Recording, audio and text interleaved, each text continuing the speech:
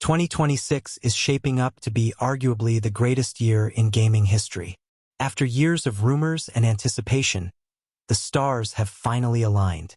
We aren't just getting Grand Theft Auto 6 after waiting over a decade. We're also looking at Insomniac's gritty Wolverine game and 18 other titles that look absolutely insane. From massive RPGs to groundbreaking shooters, some of these are destined to become instant classics. I'm going to break down all 20 of them right now. Let's get into it. Okay, let's start with the heavyweight champion. GTA 6 is finally landing on November 19th. It has been 13 years since the last entry, and the hype is completely justified. This time, Rockstar is taking us back to Vice City, but on a much larger scale. The game is set in the state of Leonida, a satirical, neon-soaked recreation of Florida that ranges from high society beaches to the muddy, alligator-filled swamps of the Grass Rivers. At the center of the story are Lucia and Jason. Rockstar is giving us a modern-day Bonnie and Clyde dynamic, which implies we'll see deep cooperative mechanics where you and your partner have to rely on each other during heists and open-world chaos. Visually, the leap forward is staggering. We're talking about next-level density, the way the palm trees react to storms, the water physics, and a population of NPCs that feels genuinely alive. The game also leans heavily into social media culture, parodying the viral nature of the modern world. Rockstar has confirmed the map is significantly larger than Red Dead Redemption 2, which means there is an absurd amount of world to explore. This isn't just a game release, it's a cultural event. Just remember, this is a hard M for mature title, so it deals with some heavy themes, but it is undoubtedly the main event of 2026. Next up, we have something massive for the Marvel faithful. Remember how Insomniac Games completely redefined the superhero genre with their Spider-Man series? Well, they are trading in the webs for adamantium claws. Marvel's Wolverine is slated for fall 2026, and this is going to be a drastic departure from what we're used to. For those uninitiated, Logan is the polar opposite of the friendly neighborhood Spider-Man. He's a gruff, Canadian Weapon X survivor with a regenerative healing factor and lethal claws housed in his forearms. While Peter Parker relies on agility, speed, and non-lethal takedowns, Wolverine is about raw power and ferocity. The reveal trailer gave us a glimpse of him in the Princess Bar, likely hinting at a setting in Madripoor, and the atmosphere was gritty, heavy, and mature. And that brings us to the big question. Can Insomniac pivot their formula? Their engine is built for high-speed traversal and aerial combat, but a Wolverine game needs to feel grounded and visceral. We don't want a Reskin Spider-Man who just punches harder. We need gameplay that utilizes his healing factor, letting him take damage to deal damage. We need a combat system that feels wild and untamed. Insomniac has confirmed this will be a standalone story with a mature tone, which suggests they aren't holding back on the violence or the emotional weight of Logan's character. If they can nail the feeling of being an unstoppable force of nature, this won't just be a great comic book game. It could be the best character action game of the generation. Moving on to something a bit more obscure, we have Seros, landing on April 30th. You might not have heard of this one yet, but you definitely need to keep it on your radar. Developed by a smaller indie team, this project is aiming for pure atmospheric magic. Visually, it is stunning. Picture a surreal alien landscape bathed in purple and orange hues, scattered with crumbling ancient ruins. But the real draw here is the scale. We are talking about creatures the size of skyscrapers roaming the horizon. Titans so massive they might not even notice you standing at their feet. The vibe is essentially what you'd get if Shadow of the Colossus had a baby with No Man's Sky. It merges that sense of lonely, majestic scale with vibrant sci-fi exploration. The developers have pitched this as a thoughtful, narrative-driven experience focused on uncovering the secrets of a dying world. However, I have to be the realist here. High-concept indie games like this are often a coin toss. We've seen plenty of titles that master the art style but forget the gameplay loop, ending up as beautiful but empty walking simulators. The success of Seros will depend on whether that world offers meaningful interaction, not just pretty screenshots. If they can nail the environmental storytelling and make the traversal feel rewarding, this could be the sleeper hit of the year, a hidden gem that catches everyone off guard.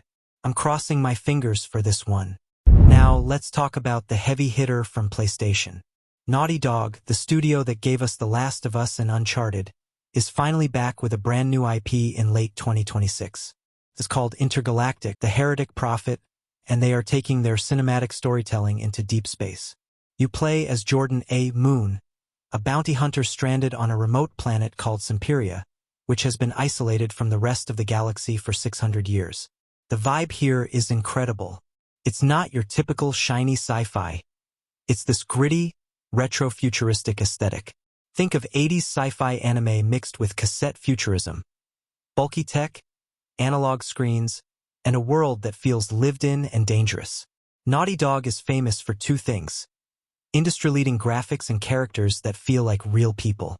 We know the game is going to look stunning, likely pushing the PS5 to its absolute limit, but I'm more excited about the world building. Jordan isn't just shooting aliens. She's tracking down a criminal syndicate while unraveling the mystery of why this planet went silent centuries ago. If they can translate that emotional, grounded storytelling of The Last of Us into a space opera setting, this could easily sweep the Game of the Year awards. We're expecting massive set pieces, intense combat, and a story that probably rips our hearts out. Keep your eyes glued to this one. It's going to be a blockbuster. Mark your calendars for September 9th, 2026. That is when Phantom Blade Zero finally drops, and honestly, it looks like it might steal the show. This is coming from a Chinese studio called S-Game, and they are crafting what might be the most stylish action game of the year. They call the genre Kung Fu Punk, a mix of traditional Chinese martial arts and gritty, steampunk machinery. Imagine if you took a classic kung fu movie, injected it with dark fantasy, and then cranked the speed up to 11. The combat isn't just fast, it's lightning. You play as an elite assassin named Soul, who has been betrayed and only has 66 days to live. That ticking clock adds this intense pressure to the whole story. Visually, it is jaw-dropping. We're talking about a dark, rain-soaked version of ancient China filled with supernatural horrors and mechanical limbs. It's the kind of game where you want to stop and take a screenshot every 5 seconds. Now, here is the important part. The developers have been very clear that this is not a Souls-like, where you roll around and chip away at health bars. This is a high-octane character action game. It requires real skill, combo memorization, and precise timing. Think Ninja Gaiden or Devil May Cry on steroids. My only concern is that sometimes games look this good in trailers but feel floaty when you actually play them. But if S-Game can make the controller feel as good as the visuals look, this won't just be a surprise hit. It'll be the action game of the generation. I really think they're going to pull it off. Next up, get ready for a visual powerhouse. Crimson Desert is dropping on March 19th, and it looks absolutely epic. This comes from the Korean studio Pearl Abyss, the same team famous for Black Desert Online. But here is the crucial difference. While their last game was an MMO, this is a dedicated, single-player action-adventure. You play as Cliff, a mercenary leader trying to survive in the war-torn continent of Pywall. The setting is gritty medieval fantasy. Think Game of Thrones meets high-octane action. And the combat? It is wild. It's not just hacking and slashing. You are wrestling enemies to the ground, pole vaulting over them, and using the environment to crush opponents. We've seen footage of massive castle sieges, intense horseback duels, and boss fights against mythical beasts that look genuinely challenging. Graphically, this is running on their proprietary Black Space engine, and frankly, it might be the best-looking game of the year. The particle effects, the lighting, the way snow deforms as you walk through it, it's next-level stuff. Now, the big question mark here is the open world. We know the map is massive, but as we've learned from other games, big doesn't always mean good. A huge map means nothing if it's empty. However, the developers have showcased a world that feels incredibly interactive. You can climb almost anything, steal wagons, and engage with a complex crime system. If they can fill this world with meaningful narrative quests rather than just fetch quests, this could essentially be the next The Witcher 3. It has that same potential to define a generation of fantasy RPGs. I am definitely keeping a close eye on this one. Alright, sci-fi horror fans, this one is huge. Directive 8020 is landing in 2026, and it's coming from Supermassive Games, the same geniuses who gave us Until Dawn and The Quarry. This is the start of Season 2 of their Dark Pictures anthology, but they are completely changing the game. You are part of the crew on the Cassiopeia, a colony ship that crash lands on a dying planet called Tau Ceti F. The twist? You are being hunted by an alien organism that can mimic its prey. That means the person standing next to you might not be your friend at all. It could be the monster. The vibe is pure paranoia, very similar to the classic movie The Thing.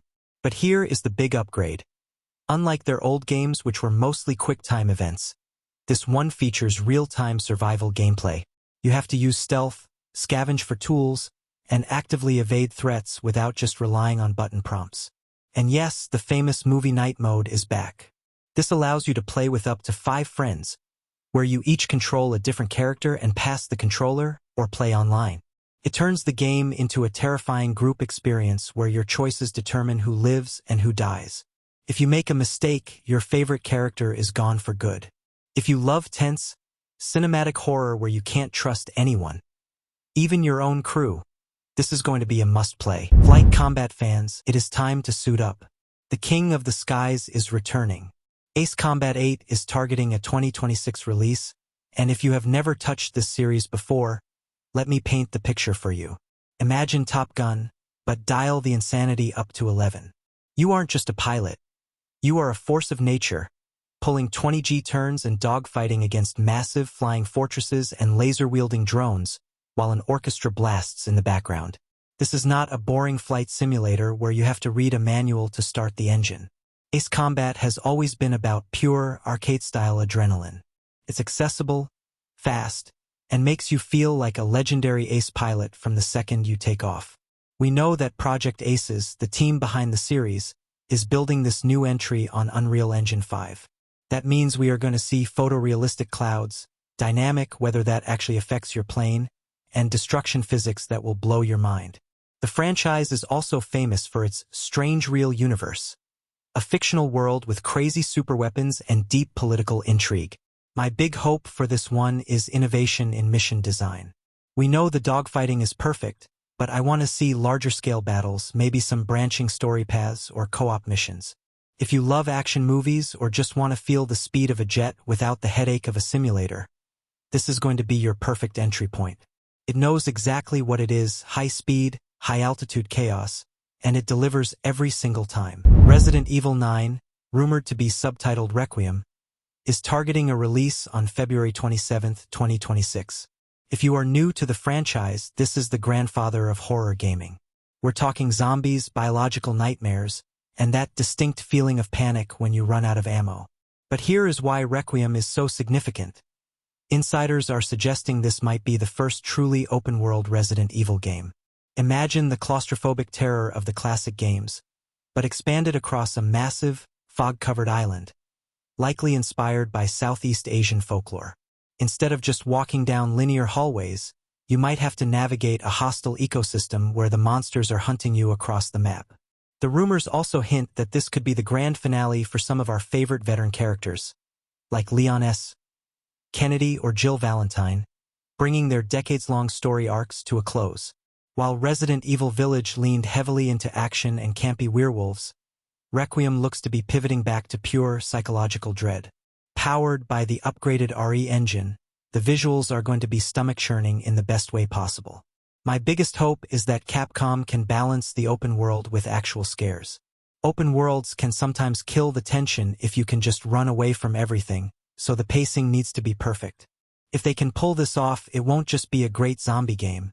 It will redefine what a survival horror game can be in the modern era. Here is a genuine surprise from the archives. Capcom is resurrecting the legendary Onimusha franchise in 2026. If you weren't gaming in the early 2000s, let me bring you up to speed.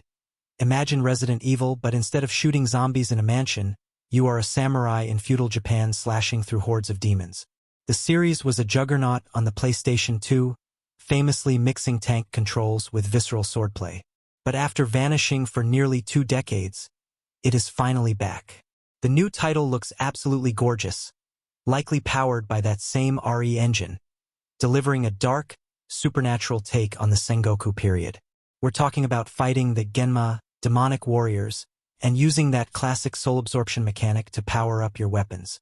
But here is the million-dollar question. Does Onimusha still have a place in 2026? The landscape has changed. We live in a world that already has the grounded beauty of Ghost of Tsushima and the punishing precision of Sekiro. Shadows die twice. So what makes Onimusha special? It fills a specific niche, survival action. It's not an open-world map cleaner, and it's not a soul-crushing difficulty test. It's a tight, atmospheric action game with horror elements. The gameplay seems to be a hybrid, ditching the old fixed camera angles for a modern over-the-shoulder view, but keeping the combat snappy and arcade-like. If Capcom can modernize the controls while keeping that B-movie campiness and the satisfying Isen counterattacks, this could be the perfect palate cleanser between massive 100-hour RPGs. I'm skeptical about nostalgia bait, but if anyone can pull off a revival right now, it's Capcom. Okay, let's talk about the enigma of the lineup. Pragmata is finally slated for release on April 24, 2026, and frankly, it remains one of the most mysterious projects in the industry. Since its first reveal, featuring an astronaut, a young girl, a holographic cat, and the moon, everyone has been asking the same question: what is this? It looks bizarre, beautiful, and confusing all at once. But the fog is starting to lift. We know it's a sci-fi action-adventure set in a dystopian near future where Earth's ecosystem has collapsed.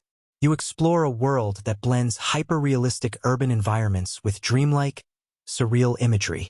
It feels like a lucid dream where gravity and physics are merely suggestions. Visually, this is a flex. Capcom is pushing their RE engine to its absolute breaking point. The ray tracing, the reflections in the astronaut's visor, the detailed hair physics on the girl Diana. It's startlingly photorealistic.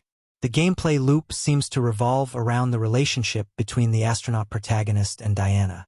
It looks like you have to protect her while navigating hazardous environments, using a mix of high-tech gadgetry and combat. The whole vibe gives off serious Hideo Kojima energy, highly artistic, slightly philosophical, and very cinematic. My only hesitation is that we still haven't seen enough raw gameplay to know the moment-to-moment feel. Is it a shooter? A puzzle platformer? A walking sim? If Capcom can marry these mind-bending visuals with a cohesive, engaging gameplay loop, Pragmata could be the sleeper hit that defines the artistic side of this generation. Mystery often breeds mastery, and I have a feeling this one is going to be special. Get ready for a challenge because the King of Punishment is back. Nioh 3 is dropping on February 6, 2026. That is literally just days away. For those who don't know, Nioh is a hardcore action RPG series from Team Ninja, the same studio behind Ninja Gaiden. These games are famous for being brutal. You play as a warrior in a dark, supernatural version of Japanese history, fighting demons known as yokai. The combat is incredibly technical. It's not just about mashing buttons. You have to master 3 different fighting stances: high, mid, and low. Perfectly time your key pulses to recover energy and memorize enemy attack patterns. It is the kind of game where a boss will crush you 20 or 50 times, but when you finally win, the rush is unmatched. So, what is making Nioh 3 different from the first 2 games or other titles like Sekiro? 2 big things. First, they are ditching the old linear mission structure for a new open-field design. This means we finally get to explore a massive, interconnected world filled with secrets, rather than just selecting levels from a menu. Second is the new style switching system. You can now instantly swap between a heavy samurai style and a fast ninja style mid-combat. This opens up insane combo possibilities that we've never seen before. Plus, the loot system is back. Think Diablo but with samurais, where you are constantly finding new katanas, spears, and armor with better stats. If you love games that demand patience, skill, and mastery, this is going to be your obsession for the rest of the year. Prepare to die a lot, but trust me, it's worth it. Here is a potential masterpiece that RPG fans need to watch. The Blood of Dawnwalker is coming in 2026 from a new studio called Rebel Wolves. Why does that name matter? Because it was founded by Konrad Tomaskiewicz, the game director of The Witcher 3. This is a dark fantasy narrative sandbox set in 14th century Europe. You play as Cohen, a man cursed to be a Dawnwalker, human by day, vampire by night. This duality is the core of the gameplay. During the day, you are a swordsman, navigating political intrigue and interacting with NPCs. But when the sun goes down, You transform into a supernatural predator, using vampiric powers to traverse the world and hunt. The developers are building this on Unreal Engine 5, so expect a gritty, photorealistic world that rivals the best in the industry. But the real hook is the freedom. They are promising a non-linear story where you have a limited amount of in-game time, rumored to be around 30 days, to save your family. Every choice you make eats up that precious time, meaning you can't save everyone. Creating a game with a smaller, focused team is a challenge, but it also allows for a singular vision. If they can capture that same morally gray storytelling that made The Witcher legendary, while delivering on this unique vampire mechanic, this won't just be a good RPG, it could be the narrative masterpiece of 2026. I am incredibly curious to see if they can pull it off. Dark Souls is finally back.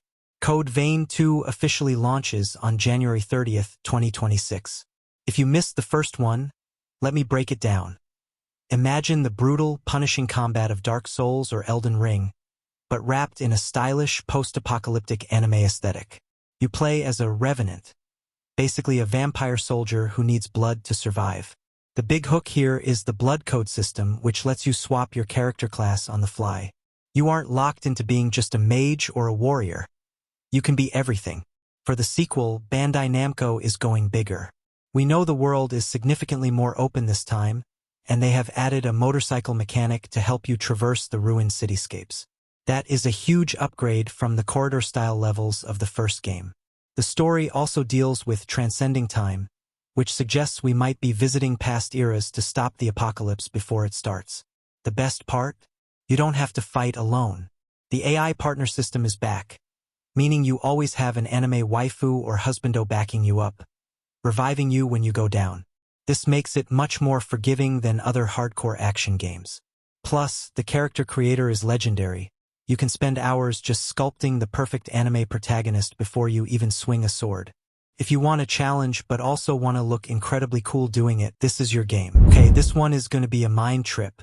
Control Resonant is the next massive title from Remedy Entertainment, and it is a direct continuation of one of the weirdest, coolest supernatural games ever made. If you missed the first Control, let me set the scene. Imagine a secret government agency called the FBC that operates out of a brutalist skyscraper in New York, a building that is invisible to the outside world and constantly shifts its internal architecture. You play as the director, Jesse Faden, a woman who wields a shape-shifting gun and telekinetic powers. Control Resonant picks up where the chaos left off. While the first game kept us trapped inside the oldest house, this sequel is rumored to take the paranormal madness out into the streets of New York City. We're talking about reality warping in public, ordinary objects becoming possessed, and the hiss corruption spreading to the outside world. The gameplay is a power trip. You aren't just shooting enemies. You are ripping concrete chunks out of the walls to use as shields, levitating above the battlefield, and seizing enemy rockets in midair to throw them back. The destruction physics in Remedy's Northlight engine are unmatched. When you fight, the room literally gets torn apart. If Resonant can capture that same new weird atmosphere, think X-Files meets SCP Foundation, and give us even wilder powers, this is going to be a masterpiece. Remedy doesn't make normal games. They make psychological thrillers that mess with your head. If you like mysteries, then you need to play this.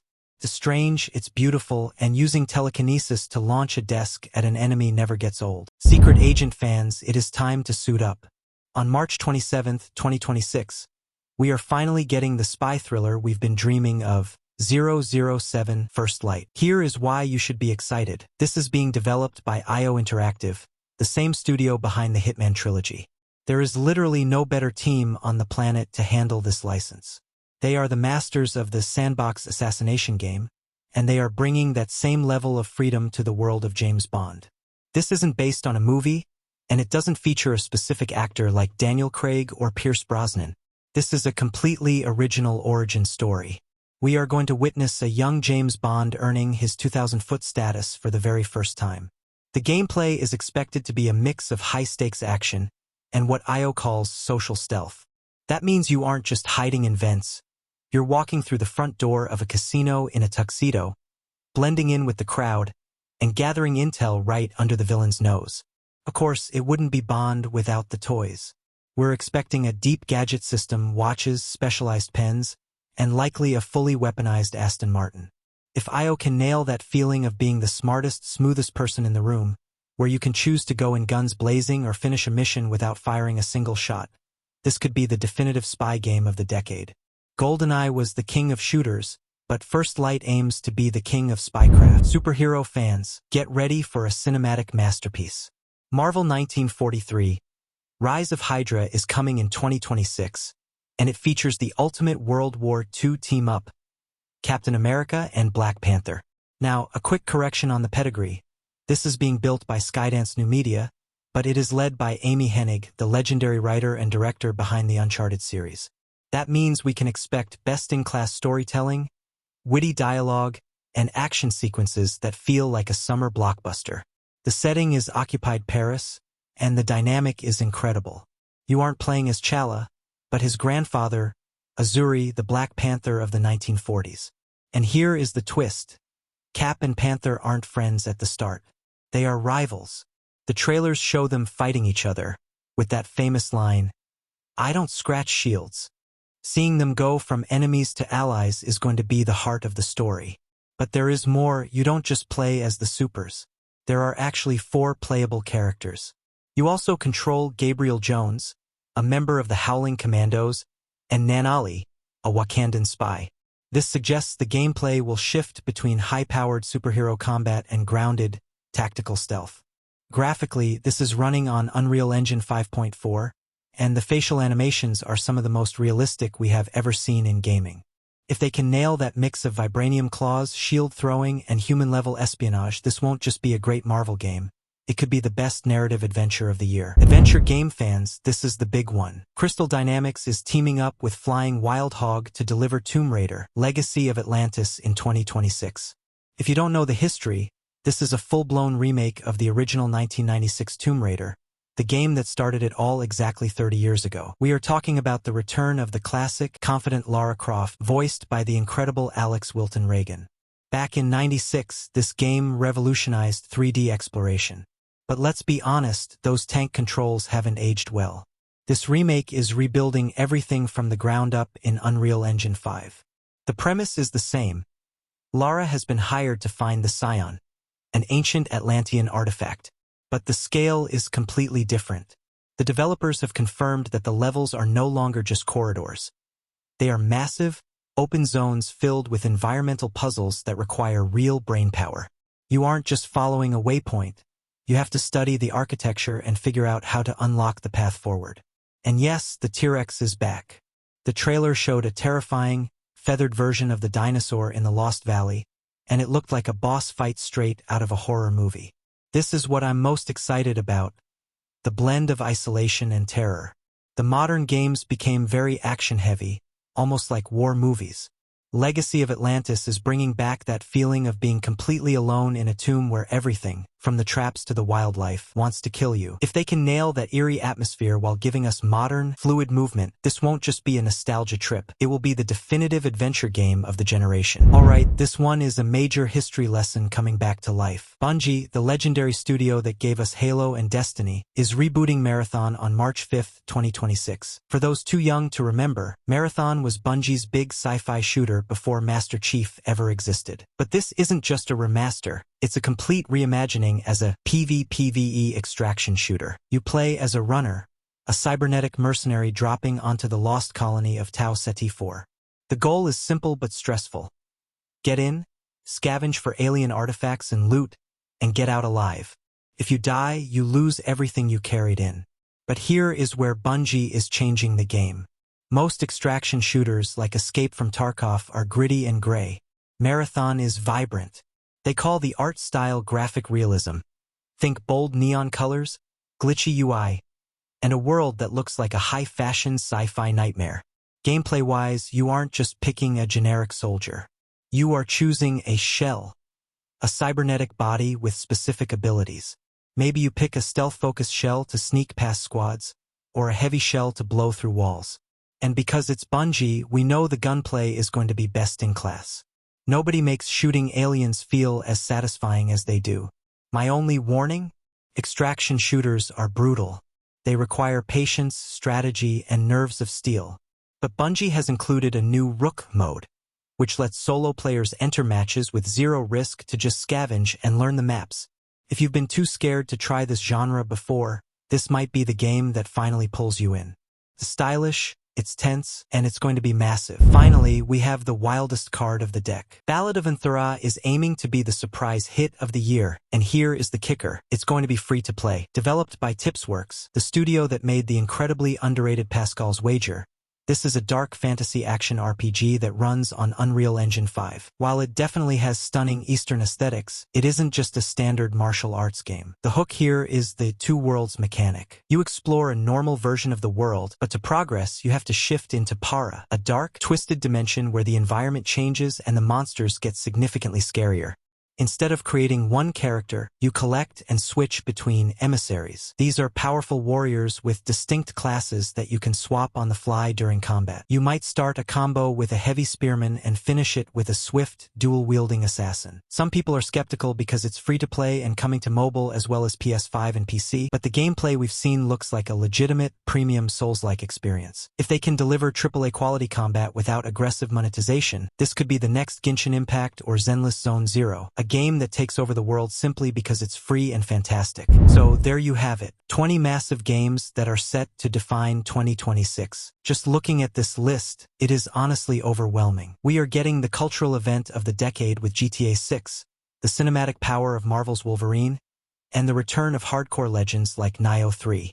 Whether you are into slicing through demons, exploring deep space, or just trying to survive a zombie apocalypse, this year is stacked. And the best part? We don't have to play just one. We get to experience all of these new worlds. But I want to hear from you. Which game is your absolute day one purchase? Are you saving up for GTA? Or are you more hyped for a surprise hit like Phantom Blade Zero? Let me know down in the comments. I read all of them. If you enjoyed this breakdown and want to stay updated as we get closer to these releases, do me a favor. Smash that like button and subscribe to the channel. It really helps us out. Thanks so much for watching, and I'll see you in the next one.